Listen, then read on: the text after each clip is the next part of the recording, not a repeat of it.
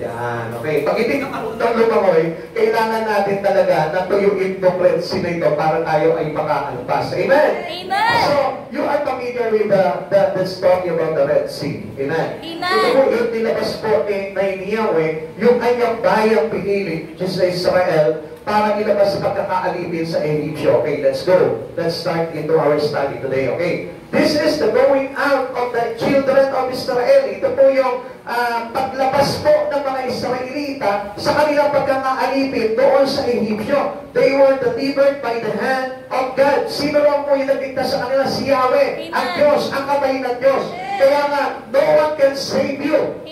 Out of your sin, out of your troubles, out of your danger, out of your risk, no one can save you but the hands of God. But the hands only of Jesus. Kaya nga, kailangan natin si Jesus, napakalaga niyan. At pag wala si Jesus sa buhay mo, wala na magliligtas po sa atin. Wala po tayong lifesaver. Deliverance of Israel pictured the salvations of all. Ito pong pagkakapalaya po ng mga Israelita sa kamay po ng Paraon ay naglagay po at nagpakita po sa atin kung paano tayo ililigtas din ng ating Panginoon. Rescued from the bondage of sin and delivered by the blood of the Lamb of God. At sino po itong Lamb of God? Sino po yung Kordero ng Diyos? Walang iba kundi si Jesus. Kaya nga napakahalaga ni Jesus sa buhay po para na sa gano'n. We make sure na tayo po ay magkaroon po talaga ng totoong salvation. Ang dami pong hinahanap ng tao, ang daming tinatawag ng tao, ang daming hinihinga nila ng kaligtasan. Pero ang totoong kaligtasan ay nagpapula sa ating Panginoon. Why? Because it was written on the book of Acts chapter 4 verse 12. Under the roof of heaven, there is only one name that is given to us by the Father in heaven for our salvation, which is the name of Jesus. So yun lamang po yun. He is the Lamb of He is the Lamb of God. Siya po yung Kordero ng Diyos na nag-aalis ng lahat ng ating mga kasalanan. God guides them. Once we accept Christ Jesus in our life, kapag tayo po ay nailabas na ng Panginoon, alam niyo po ba na ang Diyos na ito guides them by pillars of clouds and by day and pillars of fire by night. So sa madaling salita, we are protected by the presence of God. So meaning, they were traveling in the will of God. So ibig sabihin po niyan, kapag wala talagang tinanggap po si Yahweh sa buhay mo, tinanggap natin yung presensya ng Diyos sa buhay po natin, natin to get fear. Wala ka na dapat na ikatakot.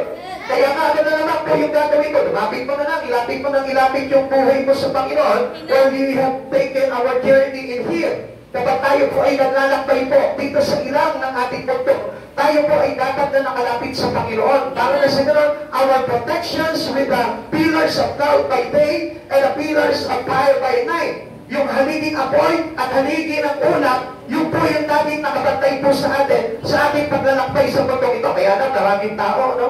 Kung papansinin po natin, ang dami po ayaw po talaga ng protection ng Lord. Ayaw ng presence ng Lord. Ayaw nila nito pillars of cloud and pillars of fire. Gusto nila para hiwalay sila sa Panginoon. Don't you think that? Don't you imagine na ang buhay po ng karamihan tao ay wala talaga sa presence ng Lord? There's nothing about God. Kung bagay para nagtatrabaho sa mundong ito, wala ang Panginoon. Nag-aaral, wala ang Panginoon. Nabubuhay, nagpapamilya, wala ang Panginoon. Hindi po ba natin naisip na kung minsan we forget God into our life?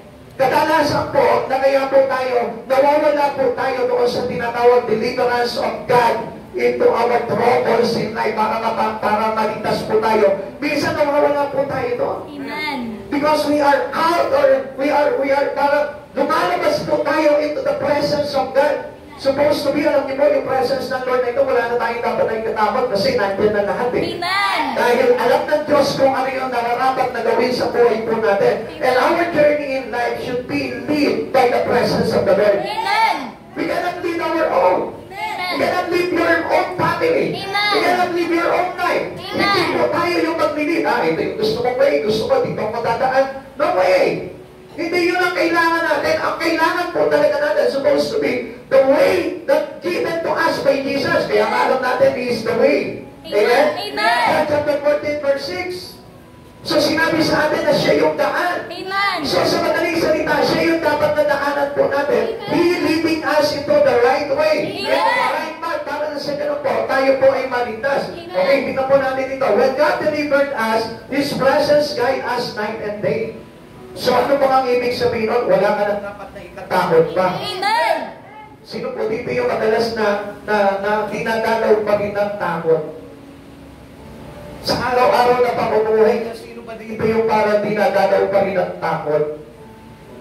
Takot magputok, takot mawala ng pera, takot na hindi makapag-aral yung anak, takot na walang trabaho, takot na walang bahay, takot na lahat na lang kinatakutan sa buhay.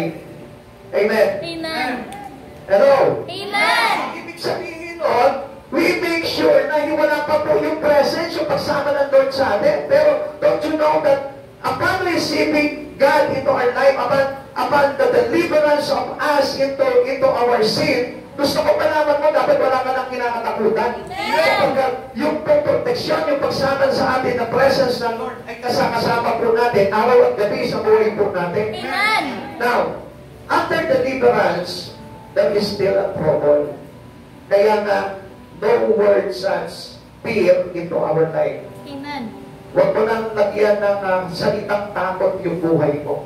Sabihin mo sa katabi mo, huwag ka na matakot. Huwag ka nang matakot. Lagi praise the Lord na lang. Laging praise the Lord na Yan. lang. Okay, alam niyo po ba kung bakit? Kasi kahit we receive Christ Jesus in our life, still, there comes trouble. Amen. Meron pa rin po tayong mga kaguluhan sa buhay. Darating pa rin po yan. Sa marami po nagsasabi, Pastor, bakit kayo naglilingkod na kayo sa Panginoon? Pero bakit meron pa rin kaguluhan dumarating sa buhay mo? But po, na-journey po natin yan. Amen. Kasi God makes sure na talagang tayo po i-trust God in our life. Ikaw na nagcha-church ka dito. Ikaw ba talagang meron ka ng tiwala sa Panginoon? Ikaw na nagcha-church dito. Ikaw ba hindi ka na sinisinda ng takot?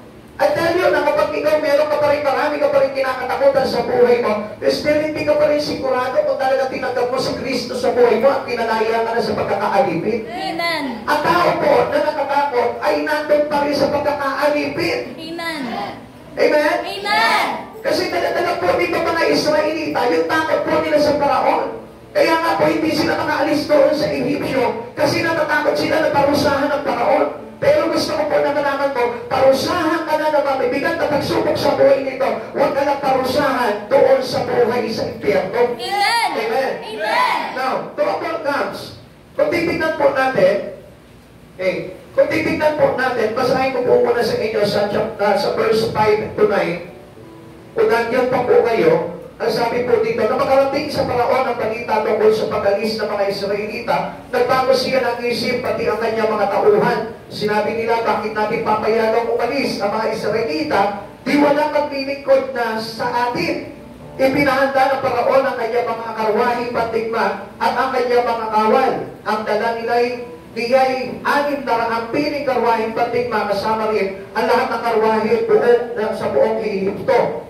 Bawat isa ay may sakay na punong kawal. Ang Paraon ang pinagmatigas ni Yahweh at hinabol niya ang mga Israelita na nooy naglalakbay na sa pamamantubay niya. Hinabol nga sila ng mga Ehipsyo ng mga kawal ng Paraon, sakay ng kanilang karwahe, hinabol sila ng mga Israelita sa tabing dagat, malapit sa Pihahirot, sa tapat ng Baal-Zephon. Alam niyo, all these troubles allowed to you by God. All these troubles allowing to our life. Amen. Kasi alam niyo po kung bakit inaalaw ng Lord niya? Simply, if you have trust Him, na upon receiving Christ Jesus, upon the deliverance of you by God into your sin, ikaw ba'y nagkaroon ka na ba talaga ng pagtitiwala kay Yahweh?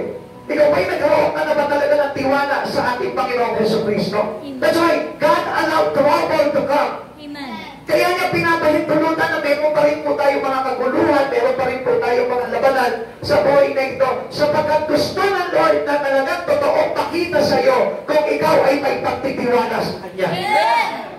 Pharaoh decided he should not have let go. The Egyptian pursued them with 600 chariot. Now, alam niyo po ba kung sino po yung naglagay ng katigasan dito sa Paraon? Walang iba kundi si Yahweh. Ang sabi niya po dito, pagmamatigasin ko pa rin ang Paraon para na sa ganun pigilan kayo. Pero hindi niyo po ba nakita? Bakit ganito? Gusto tayong ilabas ni Yahweh dito, pero bakit pinagmamatigas niya pa yung Paraon?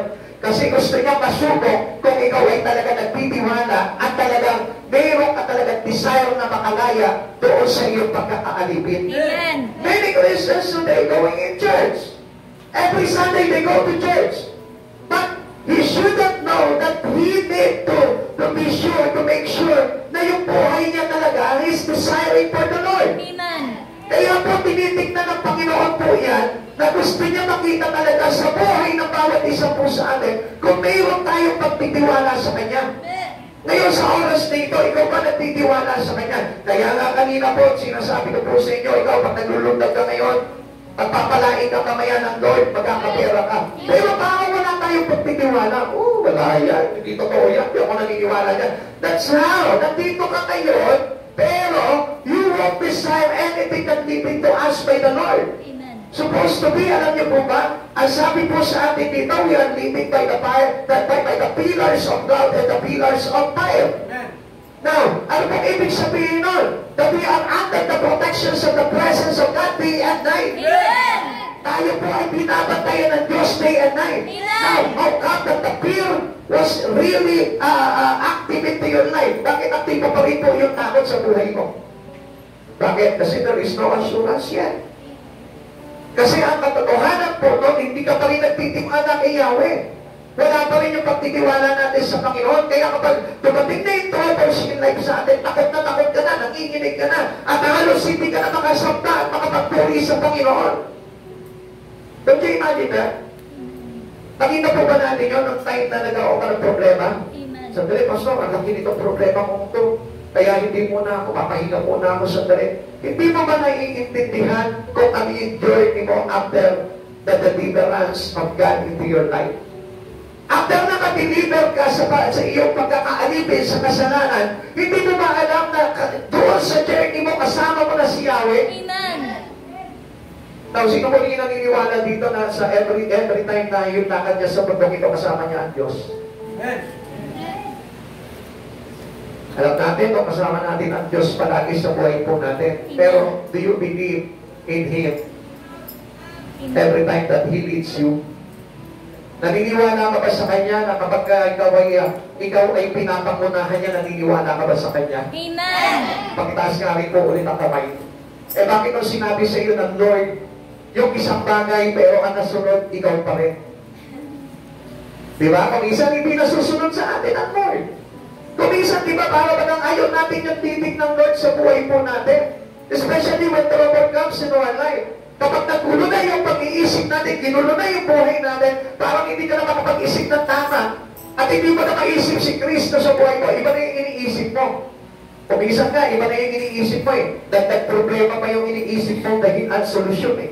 Amen? Amen. But don't you know that every solution in our trouble is in Christ Jesus? Sapagkat siya yung nag-lead po sa atin into our journey. Amen. In the wilderness, God leads Israelite. Amen. Kasi si Yahweh, yung naglabas sa kanila, doon sa pagkakaalipin sa Egyptio, kaya si Yahweh yung nangunguna sa kanila para samahan po sila sa kanilang paglalakbay. It is the same thing. This is how we picture the salvations of every one of us. Amen. Nung tinanggap po si Jesus, dinilitan ka sa pagkakasala. So meaning, yung kasalanan mo, erased na yan, deleted na yan. Amen. Now, after receiving that, anong ginawa ni Yahweh sa buhay mo? Pinangunahan ka ni Jesus na kanyang buntong anak. Para na sa ganon, ikaw ay maingatan niya. Amen. Pero bakit marami pong tao ang ginagawa lumilihis? Nandito si Jesus, nandun siya. Pagkapunta si Jesus doon, lumilipat siya dito. Bakit ang dami pong tao ngayon nagtatago kay Jesus? Samantalang this is how the Israelite being delivered from the hands of the Pharaoh. Amen. From the hands of Satan, we are delivered. Amen. And this is the way of Jesus to us. Para na sa ganon, tayo po ay talagang maligtas ng todo at walang kapanganiman na dumating sa buhay po natin. Even though we get thrown into trouble. Amen. Na kahit na dumarating ang mga pagsubok sa buhay mo, hindi ka maapektuhan yan kung si Jesus ang iyong sinusundan. Amen. Amen. Amen. Amen. Amen. Alam niyo po, dito kaya nagpatigas po itong Pharaoh na ito. It is the same thing with us. Doon po sa paglapit namin sa Panginoon, actually, yung po yung titig ni Jesus sa buhay ko eh. Kung bakit nag-church ka na ngayon. Kung bakit pinili mo na sumasamba ka na palagi sa Panginoon ngayon, pinaglilingkuran mo na siya, yan yung titik ni Jesus sa buhay mo para na sa ganun maingatan ka into your journey into the wilderness. Hindi yung iyong paglalakbay sa ilang, yan po yung tinatawag na pillars of cloud and the pillars of fire. It was Jesus. Amen. Pero alam niyo po ba, God's allowed Satan dapat matigasin sa buhay mo para na sa gano'n makita niya kung totoo ka talagang lumalapit sa Panginoon. Hindi mo napansin nung nag-decide ka, diba, nag-decision ka, kasi sabi mo, Pastor, kailangan namin paglingkuran talaga ang Lord. And then makauwi mo ng bahay after service, nag-isip ka, ano, bakit nga ba hindi ko paglingkuran ang Diyos na ito sa buhay ko? Tapos sabihin ko nga kay Pastor na maglilingkod na ako, ano ba pwedeng ministry kaya na pasukin ko sa church na iyon? Diba, kung isa napaisip kang ano. Tapos mamaya-maya, bigla na lang ito na yung diablo. Dumarating na. Hoy pare, may trabaho tayo. Maganda ito, malaki kita dito. Ako, ika-cancel ko muna kay Pastor. Pero kung isa, para bumabawi agad tayo, para tayo dapat bumawi eh. Diba? Laban. Bawi. Let's get Pero kung isa ganun tayo, nadadala tayo ng sitwasyon eh. That's why, when the trouble comes into our life, anong ginagawa natin? We grab the trouble. Yung trouble yung ginagrab natin. Not the living of God into our life. Kaya tuloy, hindi tayo tuloy talagang ma-deliver ng Lord doon sa kapahamakan. Amen. Amen. Kaya hindi po tayo mapalaya ng Lord sa pagkakaalipin natin. Bakit? We choose the trouble in our life. Amen. Kadalasan many people today grab the trouble instead of grabbing Jesus' protections to them. Masigit na para pinipili po nila yung trouble. Ay, Pastor, hindi naman trouble yun, trabaho yun eh. Iyon na nga yun eh. Kapag ito ay magliligaw sa iyo into the leading of God into your life, it makes you trouble. Amen. I tell you, it gives you trouble. Ano bang bagay na consistent ko mismo? Alam niyo, ganito po yan eh. Ang kaaway, tatayain ka niya kasi mataraya talaga ang kaaway. Hindi ka naman sasabihin niya na, hindi ka dito. Gusto mo pa na paglingkod sa Panginoon, halika papasamahin ko yung buhay mo. Hindi ka sasabihin sa iyo, siyempre, paano ka mararahuyo nitong si Satan? Alam niyo, si Satan is a sugar-coated. Very sugar-coated po yan pag nagsalita siya. Talagang matatamis na salita ang sasabihin sa iyo. Halika dito. Ito blessing ng Lord sa iyo ba? Kasi panasipa ka na ngayon. Active ka na ngayon sa pagsisipa mo, blessing ng Lord sa iyo. Di ba nakatandaan mo, nag-pray ka sa Lord na magkaroon ka ng magandang trabaho? Ito na yun. Magandang trabaho ito. At sa magandahan itong trabaho na ito, papiling ko, mayroon ka. Ayaw mo doon, na nakikita mo. Di ba? Yung iba nagtatrabaho ng 5.5 a week. 5.5 days a week. Yung iba naman, 6 days a week. Talo mo sila. Ikaw, 7 days a week. Panalo? Oo nga. Thank you, Lord. Thank you, Jesus. Pinagpala mo ako. Nag-pray ako sa iyo. Binigyan mo ako ng trabaho. Kaya ngayon, hindi na ako makapag-church. Ano? It gives you trouble. Kaya nga, alam nyo, yung troubles comes into us to test us if we are really have a pure heart to Jesus. Kung meron pa talaga tayo, napuro na ba yung puso natin? Nung diniliver tayo ng Lord, okay, titignan po natin para makita niyo po yung mga bagay na ito, no? When trouble is came, there are things to come.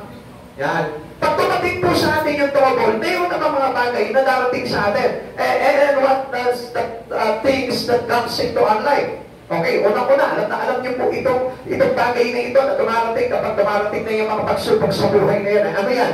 Depression. Diba? You can easily depress. Pag meron na mga pagsubok sa buhay mo at nagulo na, nayanig na yung iyong mundo, na dumarating na yung depression. Amen. Alam niyo po ba yung depression, kung bakit po narating po sa atin yan, when trouble comes, para na sa gano'n, hindi tayo makaisip ng tama. Amen. Kaya nga, marami po sa atin, kapag tayo po, ay nagkaroon na ng mga trouble, mga problema, maraming pagsubok sa buhay at naguluhan sa buhay. Ano nangyayari? Nakakalimutan na ang Diyos. That's why depression comes into you comes along with you when trouble comes, and when trouble comes into your life. Yan po yung unang-unang dumarating sa tao, nagkakaroon ng depression. Why? Because depression is from feelings of, ano sabi dito? Feelings of worthlessness to impaired concentration and fatigue. Ano ibig sabihin dito? Ibig sabihin dito, para baga, pinaparamisa yung iyong focus sa Panginoon. So, hindi niyo po naman napansin yung kanina yung sinasabi ko po sa inyo. Akala niyo blessing. Bakit? Ang hindi po natin alam dito, tinatanggal lang pala ng kaaway, yung iyong isipan, yung focus mo, pinapamilisa, para sa ganun, hindi mo makita ang kalagahan ng Diyos sa buhay mo. Amen. That was trouble. Amen. Minsan akala natin, oh, what a good job. It is a blessing from the Lord. Akala natin, good job. A great opportunity that given to us by God. Pero ang hindi mo alam, it gives by Satan to you, para na sa ganun, magkaroon ka ng tinatawag na impaired concentration. Amen. Hindi ka ma-focus sa Panginoon. Amen. Amen. Amen. Amen. Kaya ano nangyayari po ngayon? Yun, dumarating yung matinding panluluko sa buhay mo. Hindi ka na ngayon makapag-isip ng tama. Kaya nga, ang iniisip mo na lang, yung ibang bagay. The things in the flesh. Okay, nandiyan pa po ba tayo? Amen. The things in the flesh commonly presence into our mind when trouble comes, when we are getting into depression. Now, hindi tayo nakakapag-isip ng tama sapagkat wala sa Espiritu. Amen. Everything that we thought about the righteousness of God, we must need to come into the Spirit of God. Pumasok ka muna sa Espiritu, mamuhay ka sa Espiritu para makita mo talaga kung ano yung tama. Kaya nga marami pong Kristiyano ngayon, hindi maintindihan talaga kung ano yung bagay na plano sa kanila ng Diyos because they are on their own situation. Meaning on the situation of flesh. Nandun sila sa pamumuhay sa naman, kaya hindi nila maintindihan kung ano yung plano ng Diyos sa kanila. Okay, sabi po ng chapter 14, verse 10 to 12. Matinding takot ang naramdaman ng mga Israelita na makita nila dumarating ang Paraon at ang mga Ehipsyo. Kaya dumaing sila kay Yahweh, sinabi nila kay Moises, wala na bang mapaglilibingan sa amin sa Ehipto? Kaya mo kami dinala sa ilang para dito mamatay. Inilabas mo nga kami sa Ehipto, ngunit tignan mo ang nangyari. Okay, when depressions comes, hindi na sila makapag-isip ng tama. Hindi na nila mag-iisip ng tama. Kaya tingnan niyo po, ang plano ng Lord sa kanila is to deliver them from the hands of their enemy. Amen. From the hands of Pharaoh. Amen. Amen. Kasi alipin nga po sila ng mga Ehipsyo eh. Amen. Amen. Ang layunin ng Lord, ilabas po sila sa pagkakaalipin. Pero tingnan niyo po yung kanilang isipan. Doon nagkaroon po sila ng matinding depression. Ano yung isipan nila? Sabi po ganun dito, sinabi nila kay Moises, wala na bang mapaglilibingan sa amin sa Ehipto? Ang tala ng Diyos sa kanila buhay, hindi kamatayan. Pero bakit ang inisip nila kamatayan? Bakit ang inisip po nila ay yung maging alipin po sila, yung manatili silang alipin? At ang inisip po nila yung mamamatay sila. Ikaw, sa tingin mo, praise God, hallelujah, na wala lalo. Praise the Lord. Ayan. Ikaw sa tingin mo, after receiving Christ Jesus in your life, sa tingin mo ba na ang plano ng Diyos sa iyo ay patayin ka? Hindi. Hello? Hindi po. Pag-isagot naman po na maliwanag. Hindi po. Okay, hindi. Siyempre, because Jesus is life. Kaya Jesus is way, natatandaan nyo. Amen. That's why He lead us into His way. Now, Jesus is life at hindi ka niya bibigyan ng kamatayan. Amen. At kung mamatay ka man sa buhay nito, you will be resurrected because of your faith in Him. Now, kung napasilip po natin dito, bakit ka kayo natatakot na walang pera? Bakit ka kayo natatakot na wala kang trabaho? Bakit ka natatakot na wala kang pinag-aralan? Bakit ka natatakot na wala kang kakayanan sa mundong ito?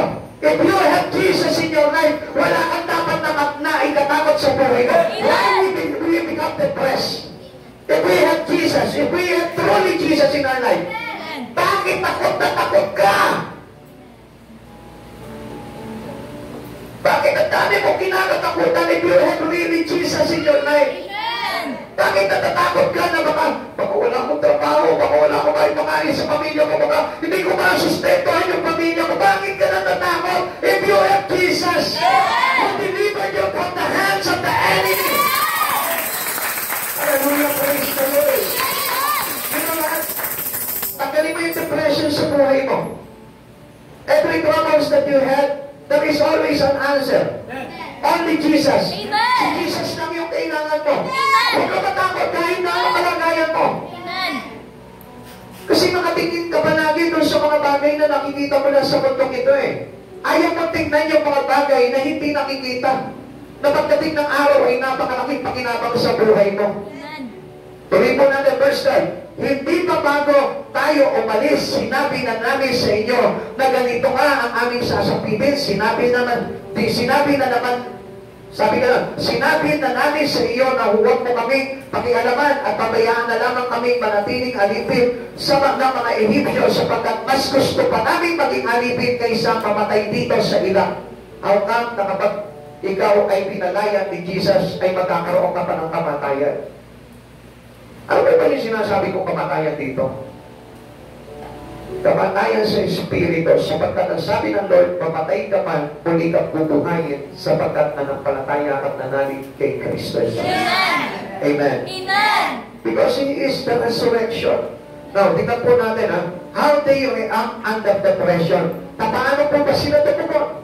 Ano po ba yung nagiging response nila? Ano po ba yung mga reaction nila kapag dumarating na po yung depression sa buhay na po natin? O, tingnan po natin, baka mamaya ganito rin po yung reaction po ninyo under depression. Ito na nga po yun. Takot na takot. Amen. We are fearing. Sabihin mo sa katabi mo, do not be fear. Do not be feared. They were in a habit of fearing Pharaoh. Takot sila kasi kilala nila to si Pharaoh, malupit. Itong paraw na ito, malupit. Na kapag nagkamali sila, paparusahan sila, hahagupin din sila, ikukulong sila, hindi sila papakainit. Pero alam niyo po ba, kung kilala mo na itong Pharaoh na ito ay malupit din sa buhay mo, dapat mayroon kang isang tagapagtanggol. Amen. Mayroon kang laging tagapagligtas. Amen. At kung alam mo na itong Satan na ito, which is, ito yung tinutukoy na Pharaoh sa buhay po natin ngayon, ay malupit at hindi ka talaga titira ng buhay sa mundong ito o sa susunod na buhay, bakit hindi mo naisip na magkaroon ka ng isang tagapagtanggol, isang tagapagligtas? Amen? Amen. Bakit hindi mo naisip na hingin ang pagsama ni Jesus sa buhay mo para na sa gano'n, hindi ka na matakot dito sa kaaway na ito? Amen. Amen. Amen. Sabi po dito, first they prayed, then they founded. Tumawag sila sa Diyos. Tumawag sila kay Yahweh. Nahihirapan kami, Yahweh. Kaya nga narinig sila ni Yahweh. Ang sabi ni Yahweh kay Moises, naririnig ko ang daing ng aking bayan. Amen. Hirap na sila sa pagpamalupit sa kamay ng Paraon. Narinig po ni Yahweh po yun. Tumataing sila. Amen. Nananalangin sila sa Lord na makanaya sila. Pero noong time na pinanaya sila ni Yahweh, ano naman po yung naging kapalit po nun? Pagdaing, they proud. Amen. Amen. Amen. Kadalasan ganyan din po tayo. Lord, tulungan mo po kami sa mga problema namin. And then God brings you to the church. God brings you to Him. Kaya ka nga nandito ngayon kasi narinig din ng Diyos yung daing mo. Sa pagkakaalipin mo sa mga problema mo. Amen. Ngayon, dinala ka ng Lord dito. Pero bakit reklamo ka naman ng reklamo? Sabihin mo sa katabi mo, huwag kang reklamador. Huwag kang reklamador. Sundin mo lang kung ano po yung mga bagay na sinasabi sa iyo ng Diyos. Kanina naririnig niyo po yung destino ni Sister Maylin. Diba? Dati, parang tayo siya ng tayo, reklamo siya ng reklamo sa Panginoon. Eh Lord, bakit kailangan ganito? Lord, bakit ganyan? Hanggang sa nakonvict siya, nagkaroon siya ng conviction na bakit nga ba hindi niya pakundakan ng Lord sa buhay niya. Ano po nangyari? Diba? Ngayon, he was leading by God. Amen. Amen. Amen. Kasi alam niyo, pag nililig tayo ng Panginoon, hindi ka pwedeng hindi dadalhin sa church. Amen. Ngayon, bakit ka ngayon nandito sa church na ito? Kung first time mo man dito, kasi narinig ng Diyos yung panalangin mo at inililid ka na ngayon ng Lord sa buhay na ito. Kung sa buhay na wala ka. Pero bakit ito po yung commonly, natatakot tayo, and then yung takot natin, it it brings us to fountain. Amen. Okay ka natin, yung takot natin, pinadala tayo para magreklamo tayo. Kaya the second one is complain. Amen. Amen. Alam niyo po kadalasan sa tao kapag may takot, madalas mag-complain. How they react under depression? Ito po yung kanilang reaction under depression. First is fearing, takot, at ang ikalawa na ngayon is complain. The people complained to Moses, nagreklamo sila. So verse 11, ang sabi niya gano'n, why have you done this? Bakit mo ginawa sa amin ito? Sinabi na namin sa iyo, nung unang pa lang, huwag mo na kaming pakialaman, hayaan mo na kami doon. Mas mamabutihin namin na nandito lang. At sa verse 12, ito naman po yung complaint po nila. Ang sabi ng mga Israelita kay Moises, better late than great. Di bali na kami maging alipin doon, huwag lang kami mamatay dito. Bakit na natin po ang karamihan mga tao ngayon? Maging alipin na kami ng kasalanan, huwag lang kami mamatay sa mundong ito. Yun lang ang iniisip ng tao. They allowed to be enslaved by sin rather than he was saved by God. He was delivered from the sin. Now, mas pinabuti po nila yung ganun eh. Marami po tao, ganyan mas pinamabuti po nila na di bali na sila manatiling maging alipin kaysa palayain. Amen? Amen. Ano po ba yung tinutukoy ko po dito? Minsan, sa pamumuhay natin sa mundong ito, hindi niyo po ba alam na yung mga bagay na ginagawa po natin dito, it causes you sin. Amen. Kung minsan hindi natin nakikita yun sapagkat sabi ko nga po sa inyo masyado matamis ang dila ng kaaway. Amen. Matamis magsalita sa kasinungalingan ng kaaway. Nararahuyuin ka, dadayain ka, sasabihin sa iyo ang mga bagay na kasinungalingan para na sa ganon, ikaw naman ay mas piliin mo na maging alipin niya Amen. kaysa palayain ng aming Panginoon. Kaya nga hindi nyo napapansin, di ba? Minsan basta na lamang po iniiwan natin yung libig ng Diyos sa buhay po natin at pinipili po natin mabuhay bilang alipin. Pastor, hindi naman ako naging alipin eh. Pansinin mo lang mabuti. Hindi ko na diretsuhin sa iyo kung paano ka nagiging alipin, pero ang hindi mo nakikita, alipin ka. Amen. Amen. Amen. But Jesus chose you to become freely. He set freedom into your life. Kaya nga kung minsan hindi po natin makita yung pagiging alipin sa pagiging malaya eh. Amen. Akala natin kapag mahirap ka, akala nyo alipin. Di ba? Amen po ba na? Amen. Di ba? Usually, pag nakikita nyo yung mahihirap, akala nyo alipin. Kapag mayaman ka, marami kang pera, akala mo, malaya ka. Kasi nakabibili ka ng lahat ng bagay. Pero ang hindi mo alam, alipin ka ng salapit mo. Amen. Pag nagtatrabaho ka, ang ganda ng trabaho mo. Pag-ibig ko, may trabaho ka. Pag-igabi, may trabaho ka. Pero ang hindi mo alam, alipin ka ng trabaho mo. Na hindi ka na halos makapamasyal. Hindi ka na halos makapag-relax. Hindi ka na halos makatulog dahil sa trabaho mo. Anong tawag doon? Alipin. Diba kumisan para din tao yung mga founded Israelites. Nagre-reklamo sa Diyos. Nagre-reklamo kay Moises. Sinasabi ko, Moises, sinabi ko na sa iyo, papayaan mo na lang kami dito. Mas pipiliin namin maging alipin. Pipila lang na yung paglabas sa kanila ng Diyos na ito ay pagdadala sa kanila doon sa buhay na sagana. Don't you know that? Minsan alam niyo kung bakit tinatanggal ka ng Diyos doon sa trabaho mo? Why God allows you to lose your job? Alam niyo kung bakit? Kasi masyado ka ng alipin doon. Alam mo kung bakit kung minsan parang inaalaw ng Lord na mahiwalay ka doon sa mga kaibigan mo? Kasi alipin ka na nila. Alam mo kung bakit kung minsan parang inaalisan ka at nawawalan ka palagi ng pera sapagkat ayaw ng Diyos na maging alipin ka ng pera. Amen. That's how kaya po nangyayari sa atin yung mga bagay na yun. When troubles comes into our life, it comes depression. And this is how we react into our depression. Kapag po may depression, ano po nangyayari sa atin? Takot na takot po tayo. At hindi na po tayo makapagplano na mainam. At ano nangyayari naman po sa atin kapag takot na takot tayo, nagkakaroon na po tayo ng pagre-reklamo sa ating Panginoon. Amen. Lord, sabi mo, ihahango mo kami sa hirap eh. Bakit ngayon nandito pa rin kami?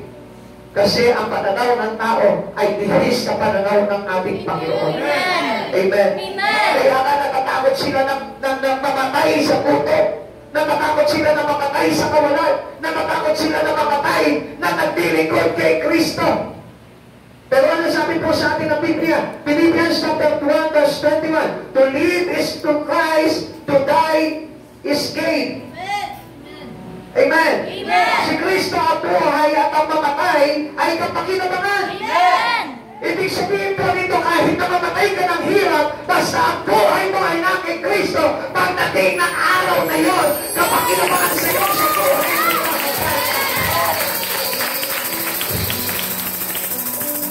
Kasi walang ibang masarap sa tao ngayon sa mundo.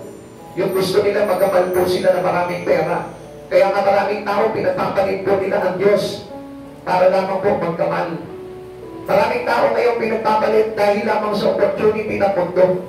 Maraming tao ngayon pinagpapalit ang Diyos dahil they grab the opportunity of the world. Amen. But the opportunity of God that is offered to them, ayaw nila, they reject it. And I tell you, mga kapatid sa Panginoon, na pagdating ng araw, it is a big regret. Amen. Na kapag tinanggihan mo yung opportunity na binibigay sa iyo ng Panginoon para ikaw ay matalaya at makalaya sa pagkakaalipin, gusto ko malaman mo pagdating ng araw, pag umarap ka kay Jesus, napakalaking pagsisisi ang mangyayari sa buhay mo. Amen. Lord, bakit hindi ko iniisip itong bagay na ito? Lord, bakit hindi ko iniisip na mahirap pala kapag hindi ako naligtas? Amen. Hindi mo maiisip ganyan kasi buhay ka pa. Hindi mo maiisip ganyan dahil kasi nasanay ka na ang palakad ng putong ito, kailangan mayaman ka, kailangan sagana ka, kailangan marami kang pera, kailangan titulado ka. Pero ang hindi mo naisip, yung plano ng Diyos sa buhay mo para magkaroon ka ng kaligtasan, kailangan lumapit ka kay Kristo, kailangan magtiwala ka kay Kristo, kailangan magaling ka kay Kristo, kailangan pagkaroon ka kay Kristo. Hindi mo ginawa yung plano ng Diyos sa buhay mo at yung plano lamang na pagto ang ginarap mo sa buhay mo, magsisisi ka na napakabigat sa puso mo. Amen. Amen. Amen. Amen. Amen. And what comes, or what is another reactions of us when we become depressed? It comes bitter. They become bitter because they focus on their problems. Kaya po sila, tatabagang, ano nangyayari po sa buhay po nila? Nagiging bitter po sila because of their problem. Masyadong talang-tala sila ng problema na yun. Masyadong parang kontrolado na sila ng problema na yun. And they forget God's promises. Nakalimutan na nila yung pangako ng Diyos sa buhay nila. Nadadalhin sila into the promised land, which is the land of milk and honey. The land of prosperity. Hindi mo ba alam why you are here today? Sapagkat gusto ng Lord na bigyan ng prosperity ang buhay mo. And what is this prosperity that given to us by God? It is not the prosperity that you think of. Hindi po yun yung prosperity na sinasabi mo. Hindi yung kasaganahan na alam mo. Kundi ano ba ito prosperity na ito? Ano yung kasaganahan na sinasabi ni Jesus na ito? Ang totoong kasaganahan, hindi yung marami kang pera. Amen. Ang totoong kasaganahan, hindi yung malaki ang bahay mo at kumpleto ka na lahat ng mga kagamitan. Ang totoong kasaganahan na ibinibigay sa iyo ng Panginoon, yung magkaroon ka ng buhay kay Jesucristo na pagdating ng araw, kasama ka luluwa at higit sa iyo sa kanyang Panginoon. This is the prosperity. This is the true prosperity. Akala nila kapag nakagraduate sila, prosper na ang buhay nila. Akala nila kapag nakapagtrabaho sila, prosper na ang buhay nila. Akala nila kapag meron na sila mga ari-arian, prosper na ang buhay nila. Pero ang hindi nila alam, meron pa rin mabigat na parusa na nakaharap sa kanila kapag hindi sila nakanaya sa lahat ng pagkakaalipin. And they still become bitter. Yeah. Mananatiling po silang bitter. Alam niyo po ba yung bitterness? Bitterness trying to remember the life promise of God. Nakakalimutan po nila yung pangako ng Diyos sa kanila na buhay na walang hanggan. Kaya mostly marami pong mga tao po ngayon, nakakalimutan nila ang Diyos sa buhay nila sapagkat alam niyo po ba kung bakit? because of bitterness. Kasi kapag wala na sila ng pag-asa doon sa mga bagay na pangarap nila sa mundong ito, parang wala na silang pag-asa at wala na buhay na hinaharap nila. Kaya nga kapatid, pag-isipan po natin itong mga bagay na ito. Number 2 is direction. Ang Lord na ito, if we notice, kung titignan po natin, na when trouble is came, there is things to come into our life. Meron mga bagay na dumarating. Kanina yung depression, dumating po sa atin yan. And now, ito naman po dumating po sa atin ngayon is what we so called the direction. Napakahalaga po ng directions of God into our life. Amen. Kapag ikaw, under depression ka na, hindi mo na alam kung anong gagawin mo. Mostly, maraming tao ganyan. Alas, gulong-gulong mo na, nitong-nito ka na, at hindi mo na alam kung ano yung bagay na hanggang na gagawin mo para ikaw ay makalaya doon sa mga bagay na yun. But we thank God because God given us direction. At ano sabi po dito? Ang direction to po is an explicit instruction. Ibig sabihin, tahasang pagtuturo ng Diyos sa buhay ng tao. Amen. Pag sinabing God's instruction, alam niyo po ba ang ibig sabihin niya? We must be led by God. Our life must be led by Jesus. Kailangan paubayan mo na paunahan ka ni Jesus sa buhay mo. And that was the directions that I told you before. Yan po yung sinasabi ko po sa inyo na direction na kailangan po natin sa buhay natin. No people or no person should go in heaven without God's direction. Remember, pakitandaan lamang po yan. Walang sino mang tao na makapupunta sa langit kung wala yung direction or the explicit instruction ng Lord sa buhay niya. Kaya better know the directions of God in your life. Every one of us having the instruction of God in our life. Kaya nga nandito ka ngayon eh. Kasi ang gusto ng Lord ngayon, i-direct na yung buhay mo. Gusto ng Lord ngayon, pasunurin ka na ngayon doon sa taas ang turo niya. Exodus chapter 14, verse 13 to 14. Sumagot si Moises, lakasan ninyo ang inyong loob. Huwag kayong matakot, tignan na lang ninyo kung paano kayo ililigtas ngayon ni Yahweh. Hindi na ninyo muling makikita ang mga Egyptian iyan. Ano sabi ni Yahweh? Ipagtatanggol kayo ni Yahweh, pamanatag lamang kayo. Wala kayong gagawin. Amen. Amen. Ang sabi niya po dito, sa NIV version, ang sabi niya po dito, okay, verse 14, ang sabi po dito, ipagtatanggol kayo ni Yahweh, wala kayong gagawin anuman. Ang sabi ng buhay. This is the direction, this is instructional to your life.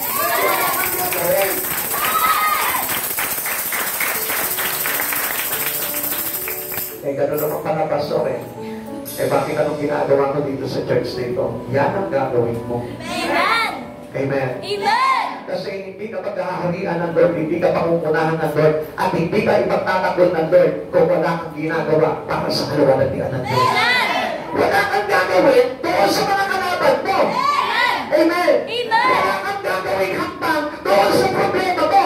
Wala kang gagawin doon sa mga bagay na umaalipin sa iyo. Pero si Yahweh, may gagawin doon kung ikaw ay may ginagawa para sa Kanya. Amen. And what is these instructions to you, my God? And what is these instructions to you, my God? The instructions of God is simply to trust God in you. Yung magkaroon ka ng tiwala. Yung magtiwala ka sa Kanya.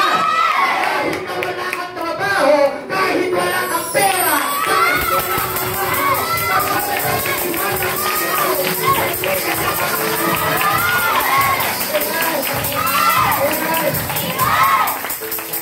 Pero kung yung katabi ko, naniniwala ka ba nagtitiwala kay Yahweh? Naniniwala ka ba nagtitiwala kay Yahweh? Kaya nga marami po sa ating ngayon, gulo-gulo na ang buhay. Alam niyo ba po, pagka gulo-gulo na ang buhay mo, there is no real directions. Wala na, wala na po tayo sa direction. Kaya hindi mo napapansin, di ba? Kapag halimbawa, kung gulo ka na ng problema sa buhay mo, minsan naglalakad ka dyan sa kalsada, hindi mo alam, saan ka pupunta? Parang tuloy mo. Hindi mo na alam yung gagawin mo. Di ba alam mo, magbubukan ka na. Amen. Tapos may nakasalutan mga kakilala mo. Hindi mo na alam kung sino yung nakakasalutan ko. Bakit? There's no direction. Because you are being depressed. At first you become depressed and now there's no direction. Now, if you have God into your life, the directions that given into us will be given to you by God. It is that an implicit, explicit instructions to you. Pakinggan mo yun, buti nga nakinig ka eh.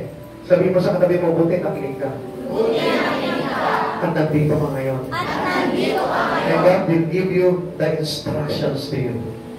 Binibigyan ka na ngayon ng instruction ng Lord. O ano yung gagawin mo ngayon? Ito na yung gagawin mo ngayon. Moses had 3 points of instructions from God. Ano po itong tatlong bagay na ito na pinuntuhan po ni Moises dito? Na instruction sa buhay mo ng Panginoon. Nakakasunod pa po ba kayo? Maganda po yan. Nag-take down kayo para hindi kayo maguluhan. If you are wise to God, if you have God in your life, if you are deeper from the Lord, huwag mong kakalimutan hindi mag-take notes sapagkat yan ang ugali ng mga matured na Kristiyano. Bakit? Kasi after dito, nire-review niya yan pag uwi ng bahay, hindi kinakalimutan. Kapag ikaw humihingi ka ng karunungan sa Panginoon, gusto ko malaman mo, dapat tinitake down mo lahat ng mga bagay na inaaral sa iyo ng Panginoon. And that's how we receive the instruction from God. Amen? We cannot have that instructions from the Lord kapag ikaw nag-church ka lang, nandang ka lang, nakaupo ka lang, nakatingin ka lang, and then later on, yung mga napakinggan mo, napapaniwala na kapag lumabas na ng church. Kaya nga napakahalaga po na nag-chat down ka, nag-take down ka, at inaabangan mo yung mga rema words ng Lord sa iyo, sapagkat yun yung God's instruction na sinasabi sa iyo ng Panginoon na pupuntahan ni Moises ngayon. Amen. Ano po ba itong 3-point instructions from God into your life? Una, fear na. Huwag ka na matakot. Kanina, ganun itong unang-unang dumating eh. Our reactions when depressions came into our life. Ngayon, nasabi sa atin ng Lord ngayon, ang pinupuntahan sa atin ng Panginoon ngayon, na doon sa kanyang binibigay na instruction sa buhay mo is not to fear. Pakisabi mo sa katabi mo, huwag ka na matakot. Huwag ka na matakot. Dami mong kinakatakutan sa buhay, sabihin mo. Dami mong kinakatakutan sa buhay. Nawawala tuloy yung kapangyarihan ng Diyos sa buhay mo eh. Nawawala tuloy yung kapangyarihan ng Diyos sa buhay mo. Yes, totoo naman po yan eh. Sabi natin, He is Almighty God. Naniniwala ka, He is powerful God. Amen. He is an extraordinary God. Sabi natin, makapangyarihan Diyos to. Pero bakit ang dami mong kinakatakutan kung may Diyos ka? Hallelujah, praise the Lord. This word as always used by God into His people. Kaya sabi nga po niya, God uses His words open, very open. Sinasabi niya, siya rin doon yung lagi tumutulong sa iyo kapag may problema ka na, huwag ka natatakot na dito. Masarap eh. Anak mo, huwag natatakot, ako bahala sa iyo. Relax ka na, sagot kita. Kahit wala kang pera, okay lang yan, nandito ko. I will give you, I will provide everything. Amen. Do not fear, sabi niya pong gano'n sa atin. God always delivered us from our fear. Every time. Bakit nandito ka? Kasi alam ng Lord na takot kayo. Alam ng Lord na marami kang kinakatakutan kung bakit nandito ka ngayon.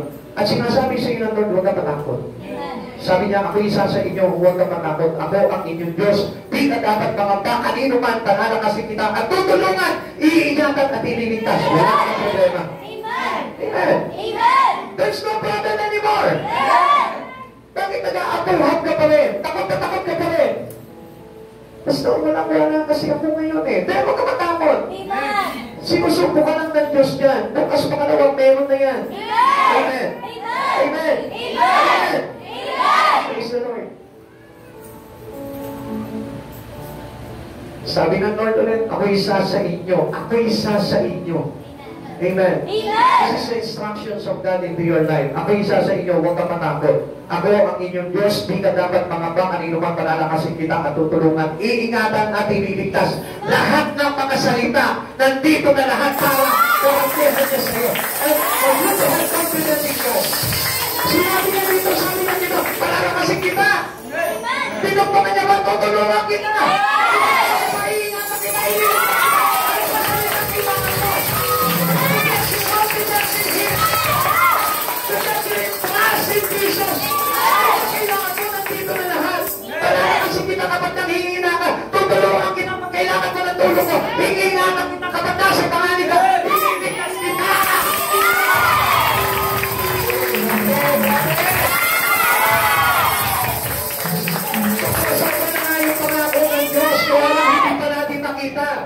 Kasi ang gusto natin, ang hinihingi natin sa Lord, pag sinabi niya, bubuhayin natin ito, mayayamanin kita, matatabihin ko pera mo, bibigyan kita ng maraming nari-arian, lalaki bahay mo.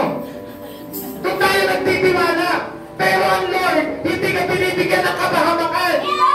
When God gives you money, a lot of money, it will go you into destruction.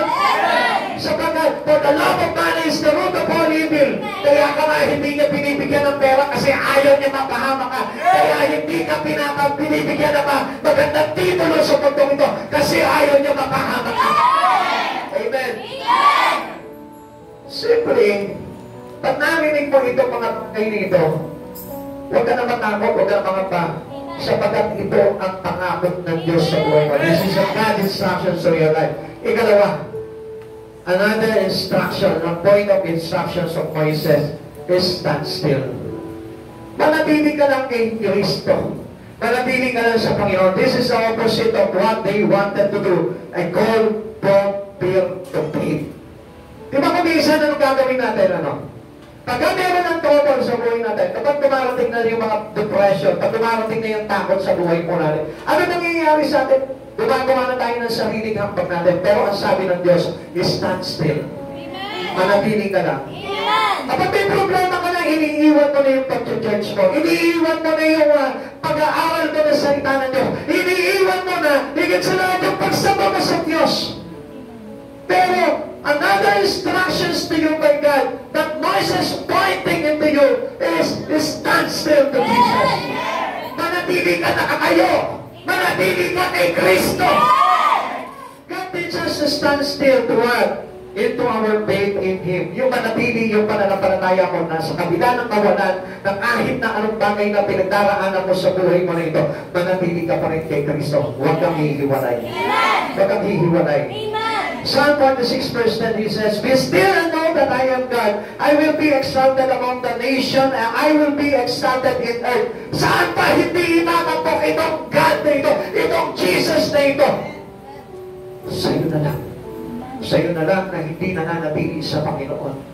Saan hindi itatapok ito si Jesus? Kung sa lahat ng bansa, kung sa buong mundo, itinatapok si Yahweh. Saan na lang hindi siya natatapok? Sa puso mo. Kaya nga, ang gusto ng Lord na paalala ng Panginoon sa iyo is to stand still.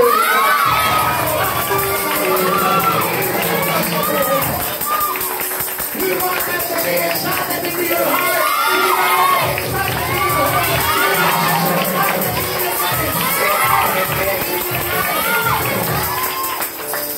Yan ang gusto ng Lord eh. Yung maitaas palagi si Jesus sa buhay mo. Amen. Kung sa lahat ng bansa, itinatampok siya. Kung sa buong mundo, itinatampok siya. Bakit sa puso mo, hindi naitampok si Jesus? This is the instructions of God into your life. Minsan mas tinatayuan pa natin yung sarili natin eh. Minsan mas kinikilala pa natin yung sarili natin before Christ Jesus. At gusto ko malaman to, na kapag nakatampok na sa buhay mo si Kristo, walang dapat na ikatakot ang isang tao. At makikita mo yan, mananatili sa Diyos yan, mananatili kay Kristo yan, at hindi si Kristo yan. And last instructions of God into you is to see salvations of the Lord. Sabi po ni Moises, hintayin nyo na lang kung paano kayo ililigtas ng Diyos. Wala kayong gagawin, ipagtatanggol kayo sa Yahweh. See it now by the eyes of faith. Faith sees the unseen. Eh bakit ngayon ang tingin mo pa rin doon sa mga bagay na makasanlibutan?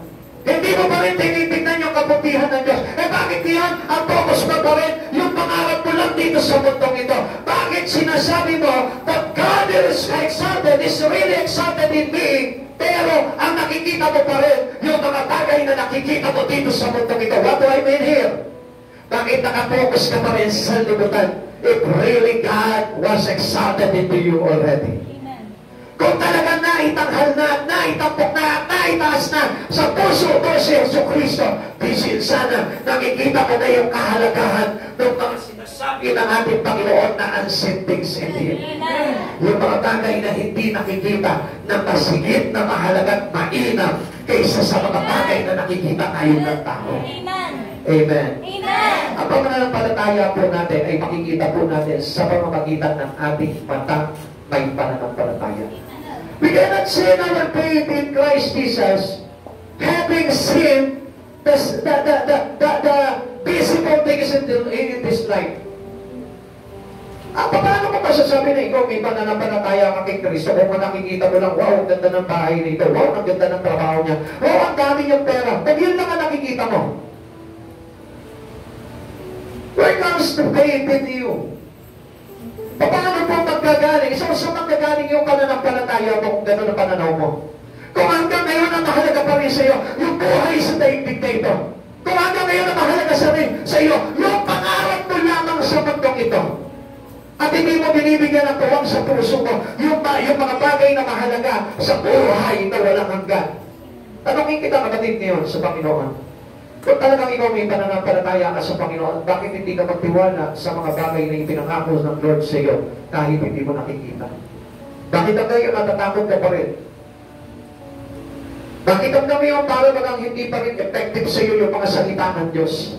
Bakit ngayon para wala pa rin impact sa buhay mo, yung buhay na walang hanggan na naghihintay sa iyo? At hindi mo pa rin piniprepare yung sarili mo to getting ready soon to be with our Master.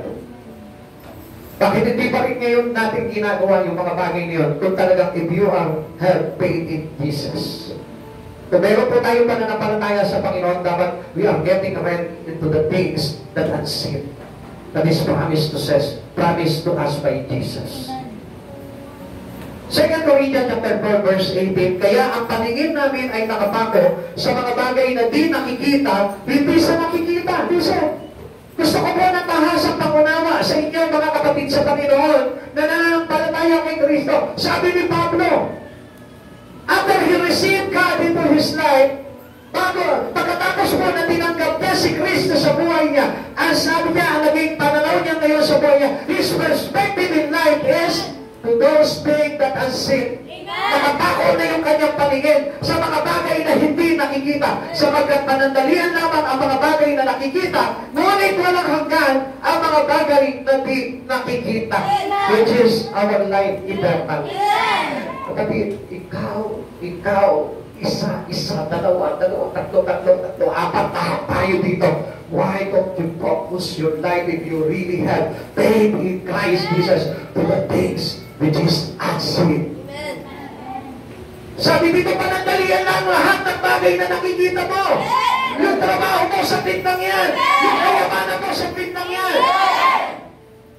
In one snap of your eyes, gusto ko po na malaman po ninyo, wala na yan. Pero yung pangako ng Diyos, which is the unseen things, ay panguwalang hanggan.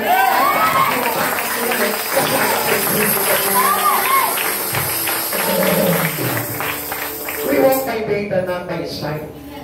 Kung talagang kay Kristo ka, lalakad ka na ngayon sa pananampalataya mo at hindi na sa mga bagay na nakikita mo.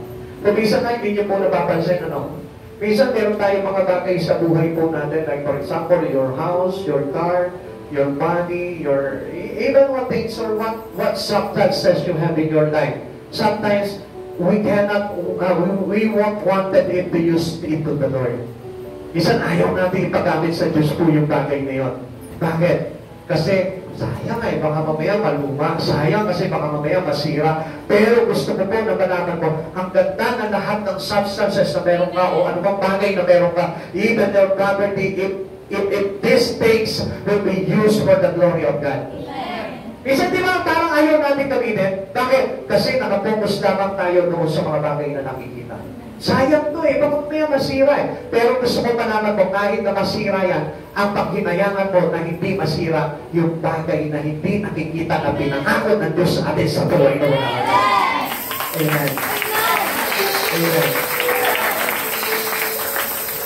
Kaya nga yung prayer meeting, yung pagdalo mo, yung pananampalataya natin, yung paghayo mo, yung paglilingkod mo sa Lord, yung pag-worship mo, dapat mahalaga na sa iyo. If you really have faith in God. Amen. If you are walking by faith and not by sight. Amen. Kung tayo lumalakad na po sa pananampalataya kay Kristo, dapat mahalaga na sa iyo ang pagsamba mo. Dapat mahalaga na sa iyo ang panalangin. Dapat mahalaga na sa iyo ang pagtitipon ng mga banal. Dapat mahalaga na sa iyo ang pagsamba sa Panginoon. Dapat mahalaga na sa iyo ang lahat ng bagay na ibinibigay at ino-offer sa iyo ng Panginoon. Now, ikatlo, depression, direction, and divided waters and dry ground. Wow, ito na yung pinakapaganda po dito. Sabi po dito, babasahin po natin, verse 15 to 22. Nariyan pa po ba na? Amen. Basahin ko po sa inyo. Okay. Sinabi ni Yahweh kay Moises, bakit mo ako tinatawag? Palakarin mo ang mga Israelita, itapat mo sa ibabaw ng dagat ang iyong tungkol, mahahati ang tubig at matutuyo ang lalakaran ninyo. Lalo mong pagmamatigasin ang mga Ehipsyo at pasusundan mo kayo sa kanila. Ngunit doon ko sila lilipunin, ang mga Ehipsyo, ang mga kawal ng Paraon, pati ang kanilang mga karwahe. Ipakikita ko sa kanila ang aking kapangyarihan. Sa gayon malalaman ng mga Ehipsyo, iyan ako na ako si Yahweh. Ang anghel ng Diyos ay pumapatnubay sa paglalakbay ng mga Israelita, ay nagpatihuli sa kanila. Gayon din ang mga haliging ulam. Ang ulam na lumalagay sa pagitan ng mga Israelita at mga Ehipsyo ay lumatagkas ang kadiliman. Dumating ang gabi at ang mga Ehipsyo ay di makalapit sa mga Israelita. Itinapat ni Moises ang kanyang tungkod sa ibabaw ng dagat, magdamag na pinaihip ni Yahweh ang isang malakas na hangin mula sa silangan at nahati ang tubig. Ang mga Israelita ay bumagtas sa dagat at ang nilakaran tuyong lupa. Sa pagitan ng animoy pader na tubig, inabol sila ng mga Ehipsyo at ng mga kawal, karwahe at mga bayuhan ng mga Paraon.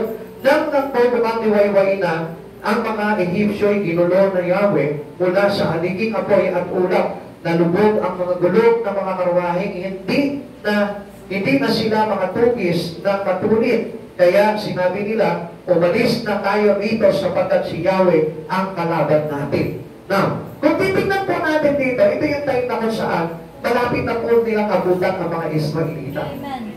Takot na takot sila that the pressures comes into their life. Natakot na po sila. Kaya ano po yung ginawa nila? They complain and they began worse into Moises. Galit na sila kay Moises. Sabi nila, ayan na!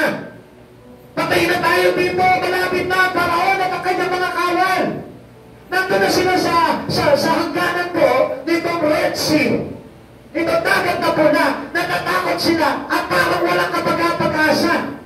Kaya anong ginawa po ni Moises? Tumulong po ito si Moises kay Yahweh. At ang sabi ni Yahweh, ituro mo ang iyong tungkol sa dagat at pinaihip ni Yahweh na magdamag yung hangin at sa pagpupukang liwaway nahati ang dagat. What does it mean to us? Pinalaya ka na ng Lord. Amen. Kaya nang hinahabol ka pa ng mga kawahihan ng Paraon. Nandito ka na ngayon, naglilingkod ka na ngayon, hinahabol ka pa ng kawahihan ng Panginoon. Anong dapat po na gawin ng isang katulad po natin? Go forward since a contradiction. Tuloy ka pa rin, tuloy ka pa rin. Dahil natin ito, dagat na, suktulan na, wala ka na tamakbuhan, sige ka pa rin. Dahil nahihirapan ka na natin, tuloy ka pa rin. Dahil nahihirapan ka, nagawin yung mga bagay na nagagawa sa iyo ni Yahweh, tuloy ka pa rin.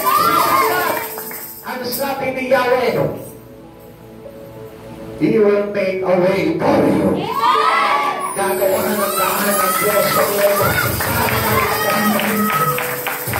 Ano ba ang ibig sabihin ko nung tinatawag na dry ground? Dry ground means overcoming the spirit of the sun. Ano po ibig sabihin ito? Tinutuyo ng Espiritu ng Anak ng Diyos lahat ng bagay na daraanan mo na humaharang sa iyo. Amen. Amen. Amen. Alam niyo po ba kung minsan, we are drying out by sin.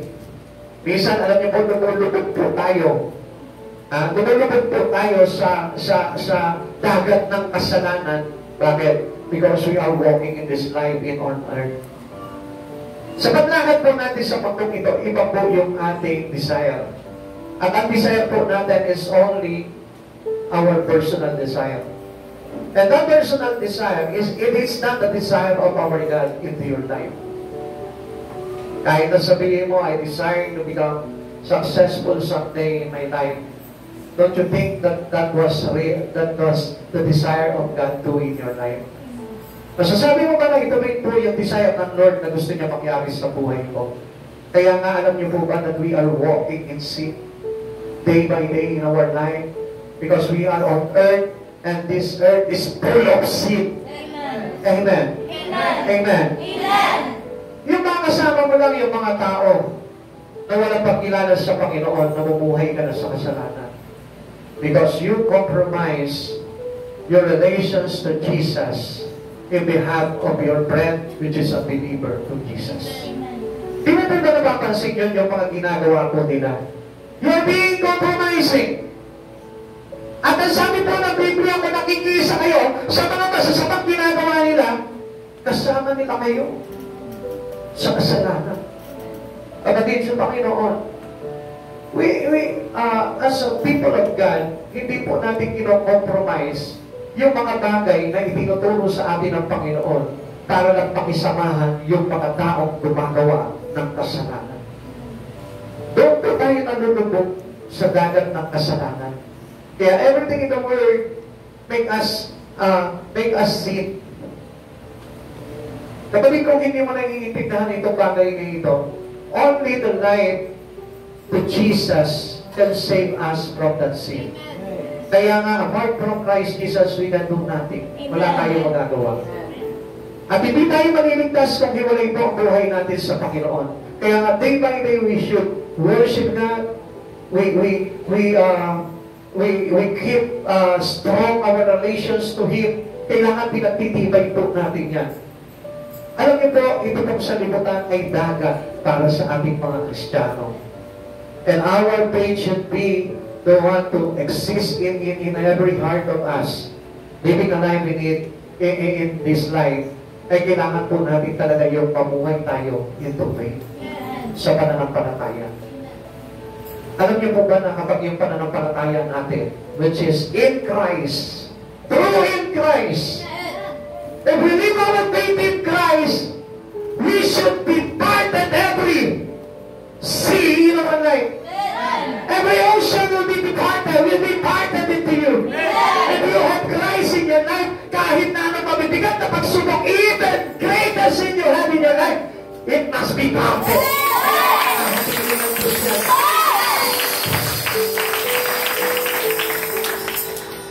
Kaya nga hindi nyo napapansin, naglilingkod ka na sa Panginoon, pero parang inaagaw ka pa rin ng mga Ehipsyo.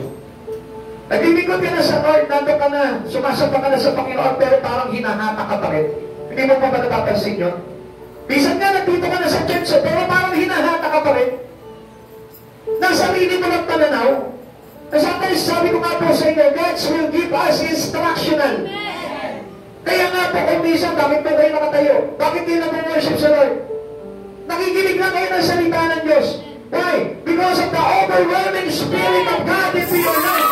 Kaya ikaw naman, sinusunod po kung ano yung sinasabi sa inyo ng Panginoon. Kaya nga, that is our faith in God.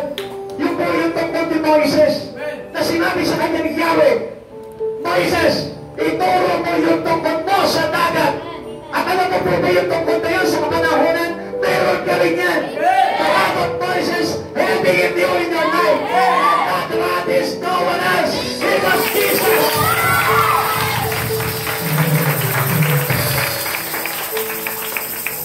It is your faith in God. It is your faith in Jesus. Kaya lang alam niyo po, hindi na may point yung direction ng iyong pananampalataya which is Christ Jesus, sapagkat hindi mo hawak yung tungkol na yun. Everything in your life, kapag hawak mo ang tungkol na yun, which is the rod of Moses, is Jesus in your life. Whatever troubles na hahatak sa iyo papalayo ni Jesus, walang magagawa yan.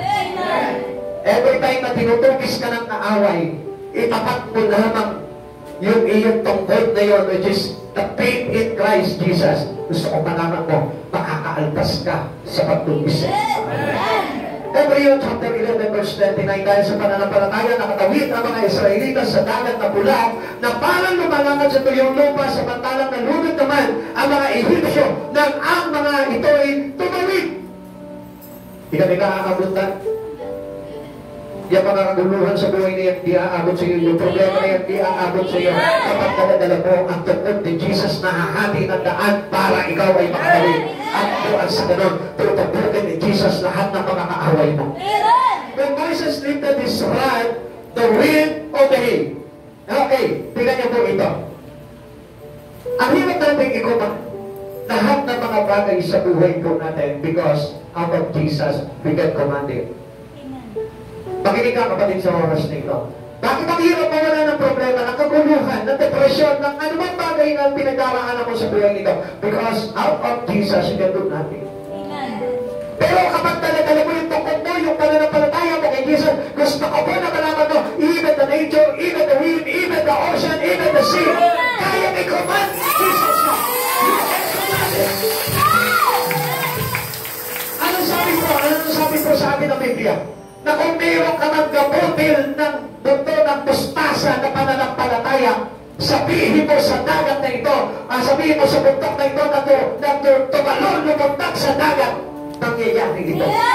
Now, this is how you're going through. This is the instructions that given to us by God. See the salvations of God that is doing in your life. Ano ka ba ito? Pahawakan mo yung iyong pananampalataya kay Yesu Cristo. At ito po yung magkukuman at magsasabi sa iyong mga kalaban, alis kayo dyan! Tawakan ako! Kaya lagi may sadaban po sa buhay po ng mga pananampalataya eh. Alam niyo kung bakit? Kasi yung pananampalataya nila hindi si Jesus. Pero kung ang pananampalataya ng tangan sa kamay mo ay si Jesus, gusto ko po na malaman mo, walang bagay na daraanan kang hindi mahahawi sapagkat si Jesus ang lahat. The strongest will divided the water. It was Christ. Sino ang hati ng problema mo? It was Christ. It was Christ. Only Christ. Only Jesus. Wala ka lang sa Panginoon. Kaya nga yung mga alagad nila namangha. Parang yung namanghaan na ngayon. Namangha yung mga alagad nila sa kanila. Parang negative. Bakit? Kasi nasabi dito, namangha sila at sinabi, ano kaya uri ng tao ito? Mag-ingang hangin at ang lawa ay sumusunod sa kanya. Sabi niya sa hangin, pumayapa ka. Sabi doon sa dagat, sa malaking alon, tumahimik ka. Ano nangyari? Sumunod. Buti pa ang bagyo, sumusunod. Pero ikaw na nanampalataya kay Kristo, ayaw sumunod. Hello? This is one thing that you can do. By the instructions of God into your life, sumunod ka. And this is how God, and this is how you see God's way of salvation into your life. Amen. Same rod that we can use to be parted the way towards heaven. Same rod that He used by Moses, that Moses used, is the same rod that we can use to parted the ways towards heaven. Kapagin, anong tungkol ang ginagamit mo ngayon? Tungkol mo lang ba yan? O tungkol ni Yesu Cristo? Ano ba pananampalataya meron mo ngayon? Pananampalataya mo lang ba sa sarili mo yan? O pananampalataya mo kay Yesu Cristo? If that was the faith of Christ Jesus living in you, if that was the rod of Moses that he hold and point to the sea to be being parted. Gusto kong malaman mo, matututunan mo rin sumunod pagdating sa ating Panginoon. Sapagkat every instructions of God in your life, yun po yung maglalagay sa iyo sa katagumpayan. Sabi po dito ng Isaiah 41 verse 2, sino ang nagdala sa isang mananakop mula sa silangan at nagbigay ng tagumpay sa lahat ng kanyang pakikipaglaban? Ang mga hari, mga bansa ay parang alikabok na lumilipad sa bawat hataw ng kanyang tabak at parang dayaming tinatangay dahil sa kanyang pana. Kapatid, sa oras na ito, hindi ikaw. Wala kang kapangyarihan kung hindi mo tangan ang iyong pananampalataya kay Jesucristo.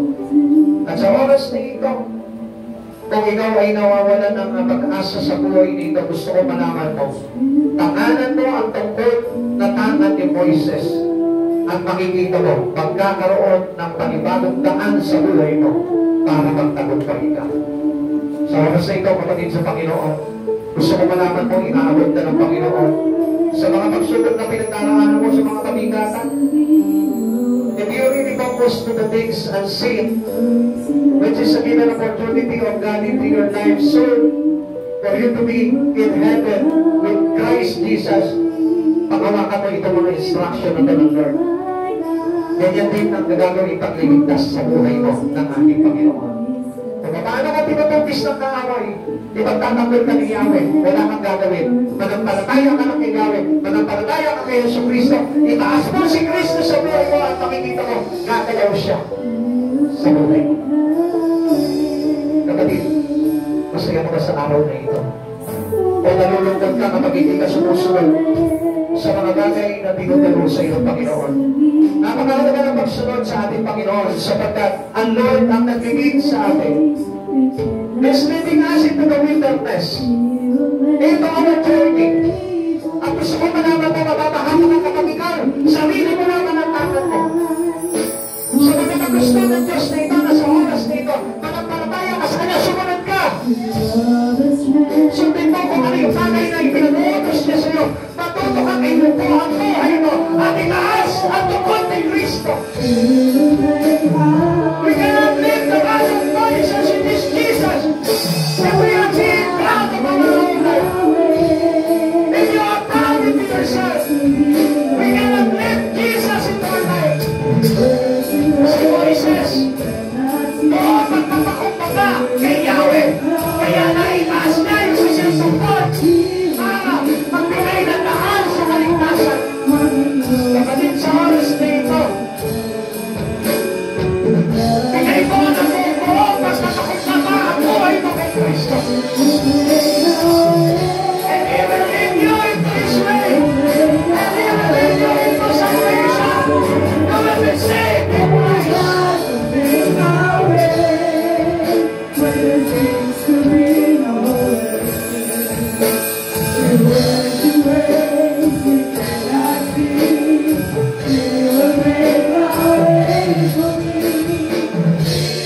Sabi ng Lord, pakinggan mo ito kapatid.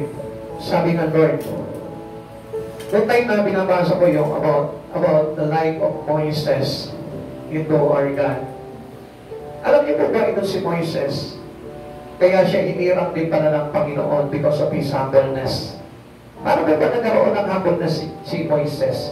Natatandaan niyo po ba that he was a prince of Egypt? Prinsipe siya. So sa madaling salita, after the Pharaoh, siya yung susunod na magiging hari. Pero kinalimutan niya yung lahat na yon at nakibahagi siya sa pagdurusa na pinaranas ng bayan ng ating Panginoon. Nakiisa siya sa pagtitiis ng bayang Israel. Kaya iniwanan niya yun. What is this character of Moises? A humble servant to our God. Now, hindi na talaga pwede maitaas si Jesus kung wala kang humbleness.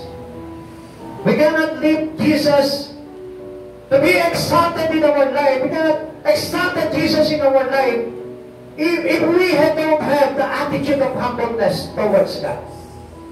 If you are being proud of you, of your own strength, of your own life, I tell you, we cannot leave Jesus high into our life.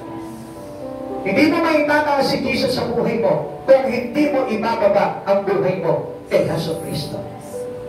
Kaya nga ang sabi po ng aklat ng Juan, I must be decreased and Jesus must be increased.